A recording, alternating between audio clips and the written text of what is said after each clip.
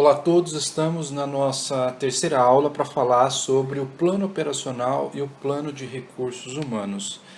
A ideia dessa aula aqui é apresentar, de uma forma mais geral, conforme a gente pode ver aqui na nossa agenda, alguns elementos importantes de serem analisados ao desenvolvermos um plano operacional e um plano de recursos humanos. Cada empresa tem uma peculiaridade diferente em termos de estrutura operacional, cada uma vai ter um processo diferente, mas a ideia aqui é trazer algumas reflexões sobre os tipos de perguntas que devem ser respondidas na hora que você, empreendedor, estiver escrevendo ou refletindo sobre um plano operacional ou um plano de recursos humanos e alguns problemas que são comuns, de acontecerem, que a gente pode, a partir de algumas experiências, sugerir para que vocês possam resolver esses problemas, principalmente com relação aí à parte de recursos humanos. Então vamos lá, aqui no slide 3 eu apresento o que é um processo de transformação. Então essa figura aqui sintetiza o que é um processo de transformação que é baseado num conjunto de inputs, ou seja, de recursos. Então nós temos que pensar, enquanto plano operacional, quais são os inputs necessários para que a gente possa produzir esse produto ou prestar esses serviços. Esses inputs incluem recursos transformadores, recursos de transformação. Então, por exemplo, máquinas, que tipos de máquinas, quais são as máquinas, os equipamentos, as matérias-primas, da onde que virão essas matérias-primas, quem serão os fornecedores, qual é a quantidade de matéria-prima de acordo com a previsão de demanda, quais são as competências dessas pessoas que vão atender o cliente ou vão produzir esse produto. Então a gente precisa pensar também, enquanto inputs, os recursos humanos que são necessários para produzir. Além disso, nós temos outros inputs, como por exemplo informação, informação sobre previsão de demanda, sobre tendência de mercado, sobre atributos de produtos, sobre custos de processo. Então tudo isso são inputs importantes para que a gente possa aí, transformar esses recursos e gerar os outputs, que são as saídas desse sistema, que são os produtos e os serviços que vão atender os consumidores. Então, quando a gente estiver pensando nesse plano operacional, eu preciso começar a responder essas perguntas. O que eu preciso para produzir esse produto ou para prestar esse serviço?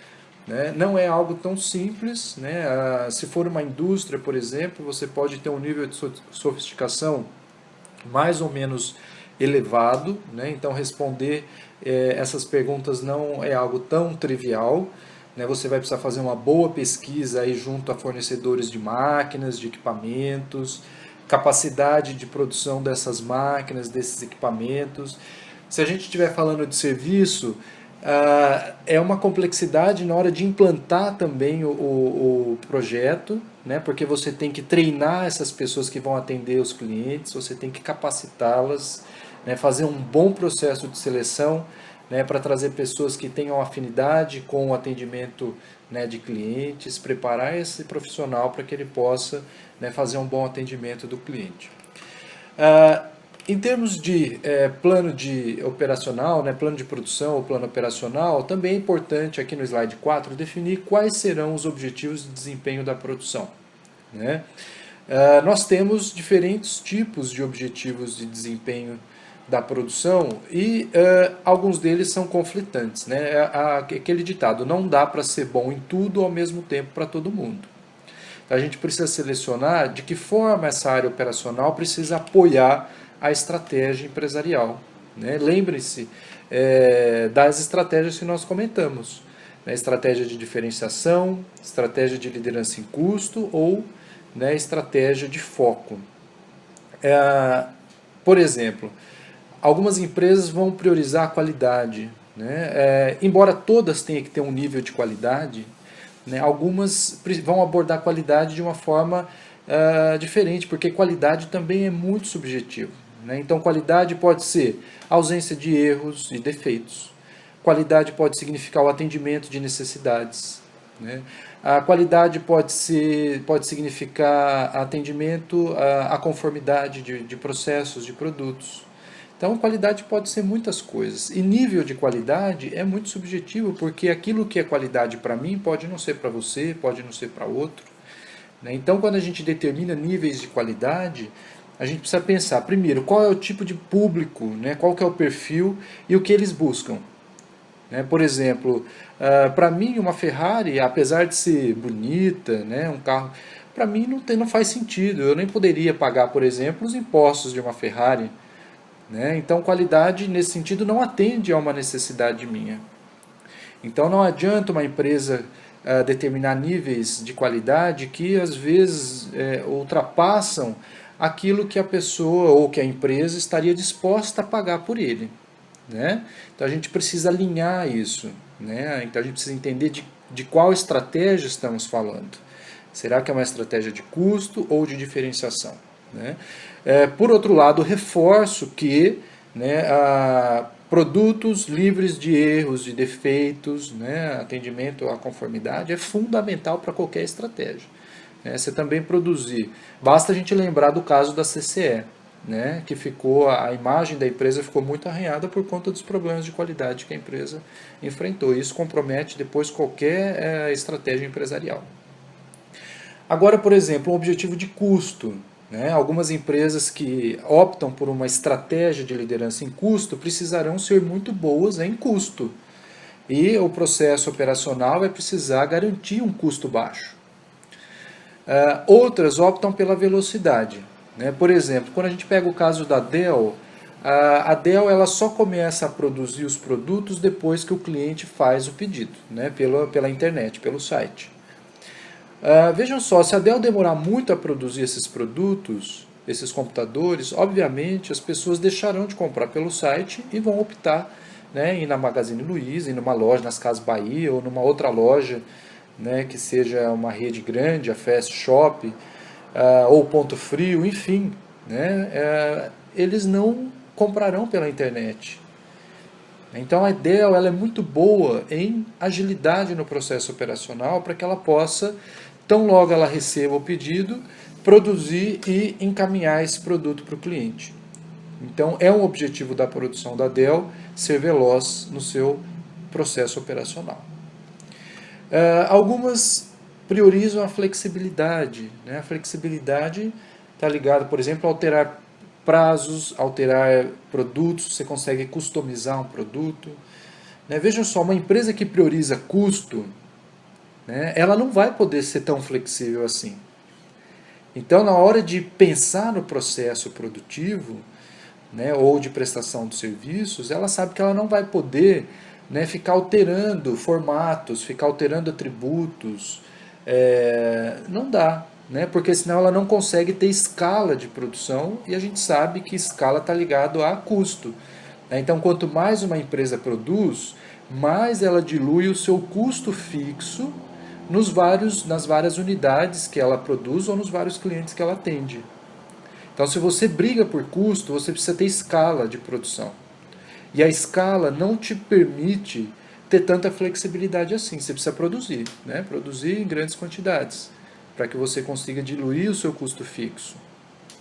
Agora, se a sua empresa trabalha com diferenciação, eventualmente ela vai ter que ser flexível, ela vai ter que aceitar sugestões para mudar um produto, né, ou para atender esse cliente de uma forma diferente. E isso automaticamente faz com que ela produza menos. Mas não tem importância, porque ela não ganha no giro, ela ganha na margem. Né? As empresas podem ganhar no giro vendendo muito ou na margem com, né, um lucro maior.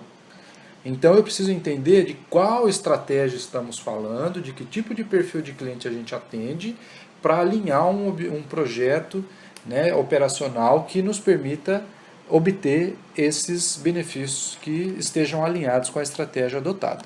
Né? Então aqui no slide 5, que a gente vê? Né? A gente observa que quando o cliente procura, né, ou o consumidor procura preços baixos, a área operacional deve priorizar o custo. Se ele prioriza alta qualidade, a área operacional deve priorizar a qualidade. Se ele quer entrega rápida, precisamos garantir velocidade. Se ele quer produtos confiáveis, que estejam sejam entregues nos prazos combinados, né, que estejam disponíveis, precisaremos ser confiáveis. E se o cliente quer produtos inovadores, serviços inovadores, ampla variedade de produtos, né, ou capacidade de alteração de prazo e quantidade, a empresa precisa ser flexível em termos operacionais. Questões importantes também de serem pensadas aqui no slide 6, na hora que vocês estiverem dimensionando quantas máquinas, equipamentos serão precisos, é também pensar nos critérios de escolha dessas máquinas e equipamentos, né? Então, levam-se em consideração qualidade, né, durabilidade e produtividade desses equipamentos, preço, se é possível financiar, se tem assistência técnica, se é compatível com outras tecnologias e se esse fornecedor é confiável, né? Então, são questões importantes. Não dá para seguir só pelo preço, né? Às vezes você pode comprar uma máquina por um preço menor, mas que produz muito menos do que uma outra produziria, né? Aí, na hora que você expandir a sua capacidade de produção, você vai precisar adquirir uma outra máquina, né? Infraestrutura e cronograma, falando sobre, né, as questões prediais, né, do prédio. Prestar atenção, né, principalmente nas legislações e normas, na hora que você estiver pensando, né, no local de implementação. Então a gente precisa pensar que alguns bairros, por exemplo, não aceitam comércio ou não aceitam empresas. Então, geralmente na prefeitura a gente consegue descobrir, né, se aquele bairro, como que funciona, se aceita uma empresa ou não, dependendo, né, tem restrições para implementação ou para abertura de empresas. Então a gente sempre precisa consultar essas normas, né? A questão de infraestrutura urbana naquele local, né? Então isso precisa ser pensado com antecedência. A questão da capacidade, aqui no slide 8, né? Quantos produtos a empresa pode fabricar ou quantos clientes ela pode atender. E sempre pensar na capacidade real e efetiva. A capacidade real é aquela capacidade de 100%, né? Como se as máquinas e as pessoas trabalhassem 100%. E a gente sabe que não, né? Máquina, equipamento, precisa limpar, precisa fazer manutenção, né? O funcionário também tem paradas, né, para almoço, para ir no banheiro. Então a gente sabe que a capacidade real é diferente da efetiva, né? A efetiva é sempre menor do que a capacidade real. Isso também vale para os equipamentos, né? Sempre fazer uma pesquisa da capacidade real e efetiva de produção desses equipamentos. E uma questão importante é o volume e variedade, que é uma relação que a gente observa nos processos de produção ou de atendimento. Então essa relação ela é inversamente proporcional. Quanto maior o volume que uma empresa produz, menor a variedade que ela vai conseguir oferecer, né? E a recíproca também é verdadeira. Quanto maior a variedade, menor o volume. Isso significa, né, que, de acordo com a estratégia também adotada, a empresa vai ter que alinhar essas características dos seus processos. Mais uma vez, empresa que busca liderança em custo vai ter que produzir altos volumes em detrimento de variedade, né? Cada vez que você altera uma máquina para produzir uma variedade diferente, né, muda a cor, muda o tipo do produto, o modelo, você tem que fazer paradas de máquina, ajustes, né, e isso faz com que a capacidade diminua, que você produza menos, e isso aumenta o custo de produção, certo?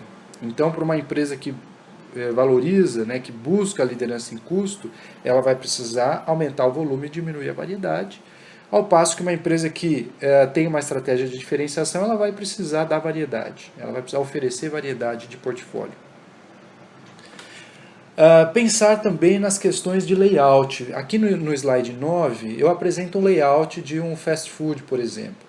Né? Fazer uma planta, um desenho sobre a disposição, né, dos móveis, no caso de um comércio, de uma loja, né? Como que vai funcionar a questão do trânsito, do fluxo de clientes nesse espaço. Né? Aqui a gente vê as mesas, quantas mesas serão necessárias, né? A questão do mobiliário. A gente precisa pensar no layout, né, quando a gente faz o plano operacional, né, como que vai ser, mesmo porque isso nos ajuda a determinar quantos móveis serão precisos, quanto que a gente vai gastar, né, com reforma, com máquina, com equipamento, né, e até a encontrar o local mais adequado para abrigar aí esse novo empreendimento. No caso de uma indústria, também a gente pensa no layout, mas aí de uma forma mais de processo produtivo, né? Como que vai ser esse processo, onde vão ficar, como que vai ser a disposição das máquinas, dos equipamentos, para que o fluxo de materiais seja, né, o menor possível, para que você não movimente, não desperdice tempo movimentando materiais desnecessariamente, né, que isso consome tempo, recursos. Então tudo isso tem que ser pensado nesse momento. Depois, o plano operacional também envolve uma análise da localização. Então, por exemplo, quando a gente fala de varejo, de comércio, né, de loja, prestar atenção ao fluxo de pedestres, que seja público-alvo, né, e facilidades, né, como, por exemplo, ar-condicionado, estacionamento, a questão da ambientação, né, da decoração. Por exemplo, está pensando em um restaurante, né, qual é o seu perfil desse público? Como que tem que ser a decoração? Né, que local que a gente vai, né, ter o melhor retorno em termos de frequência, né, dessas pessoas. No caso de uma indústria, aí a gente já leva em consideração outras questões, né, acesso à matéria-prima, se está próximo de clientes, porque isso vai impactar, por exemplo, nos custos logísticos, né, tanto de fornecedor quanto de entrega para clientes, né, a questão de infraestrutura, de transporte. Isso já são questões que se tornam mais relevantes para uma indústria. Depois, plano de recursos humanos. Eu gostaria de passar aqui algumas dicas, né, algumas recomendações na hora de pensar sobre essa parte do plano de negócios. Se você pretende apresentar o seu projeto para um investidor, uma das coisas que eles mais vão, né, prestar atenção é no perfil desse empreendedor, se ele tem conhecimento de gestão. É muito comum, por exemplo, eu que sou ligado, né, à USP, é muito comum a gente ouvir casos aqui de empreendedores que desenvolveram tecnologias fantásticas, mas que simplesmente eles reclamam porque não conseguem recursos para desenvolver e colocar isso no mercado. Por quê? Porque o empreendedor, ele é um cientista, né, então ele conhece muito da tecnologia. Então ele fala todas as características técnicas da tecnologia, mas ele não consegue transformar isso em algo palatável para o investidor e mostrar para ele como que ele vai ganhar dinheiro com aquilo. Então, esse empreendedor, ele não tem muita ideia de mercado, quanto vale esse mercado, como que ele vai colocar isso no mercado, né, as questões de marketing.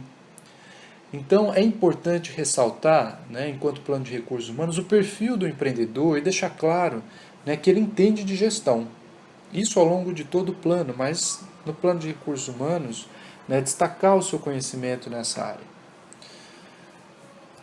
Depois, aqui no slide 12, pensando um pouco no quadro de funcionários, a gente precisa pensar, né, então, ao longo dos 5 primeiros anos, quais serão as pessoas, né, que tipo de cargo a gente vai precisar ter, né, dentro da empresa, quantos funcionários, qual é o requisito desses cargos, então quais serão as competências necessárias para ocupar esses cargos, que tipo de habilidades, né, e comportamentos são importantes de serem, né, obtidos, qual será o cronograma de contratação. Então a empresa vai começar com 2 funcionários, depois vai contratar mais 2 no segundo ano, mais 3 no terceiro e assim por diante. Porque ao fazer isso a gente consegue depois colocar esses valores no fluxo de caixa na hora que a gente estiver fazendo o plano financeiro. Então, por exemplo, no primeiro ano serão 2, cada um vai ganhar R$1.000, então eu sei que eu vou ter uma folha de pagamento de R$2.000 no primeiro ano. No segundo ano aumenta o número de funcionários, eu preciso considerar esse aumento também na folha de pagamento. Recrutamento e seleção, então pensar onde que a gente vai encontrar essas pessoas. Tem diversas formas de fazer recrutamento e também processos de seleção. Você pode anunciar, você pode contratar pessoas de empresas concorrentes. Então, às vezes você quer trazer algum conhecimento importante para a empresa, você pode pensar em, né, recrutar alguém de uma empresa que já existe. E o treinamento, né, capacitar principalmente aquelas pessoas que vão atender clientes. Treinar essas pessoas para que elas se sintam confiantes em atender bem esse consumidor, esse cliente. Depois, pensar na questão do nível salarial, aqui no slide 13. Será que vamos pagar salários abaixo da média, na média ou acima da média? Primeiro eu preciso fazer uma pesquisa salarial, né, para saber para cada cargo qual é o valor médio. E depois tomar uma decisão sobre o nível salarial. Vejam só, é óbvio que uma empresa, né, recém-criada, ela não tem condição ainda de pagar salários altos, né? Mas é importante pensar de que forma nós vamos nos cercar de pessoas competentes, principalmente para cargos-chave. Então você vai contratar um gerente, vai contratar alguém para liderar alguma área da empresa, você precisa certificar de que aquela pessoa tem uma formação boa, né? E geralmente pessoas competentes, com boa formação, custam mais caro. Então, empresário no Brasil acha que também salário, né, precisa pagar salários baixos, né, porque pensa muito na questão do custo, da despesa, mas não pensa na questão dos benefícios. Pessoas competentes custam caro, né? Se você optar por uma política salarial baixa, você está sinalizando para o mercado que você quer contratar os piores profissionais do mercado, né? Então minha dica é, para empresas recém-criadas, tente se cercar de pessoas competentes para áreas-chave. Para alguns cargos não é necessário, né, pagar salários acima da média, nem contratar pessoas com, né, formação muito, porque o cargo não corresponde. Mas para alguns outros, uma forma é convidar essas pessoas para serem sócias. Então, olha, eu não posso te pagar um salário muito alto agora, mas eu te convido para ser sócio. E aí você vai o quê? Fazer com que essa pessoa se sinta dona da empresa e ela vai, né, fazer o melhor. Só que você sabe que é uma pessoa competente, né, que é uma pessoa que vai trazer ganhos para a empresa. Então essas são algumas possibilidades de, né, a contratação de pessoas com, né, uma formação boa, pessoas de alto nível para fazer parte de uma empresa pequena. Bom, com isso a gente encerra aqui nossa aula 3. Agradeço aí a participação de todos e muito obrigado.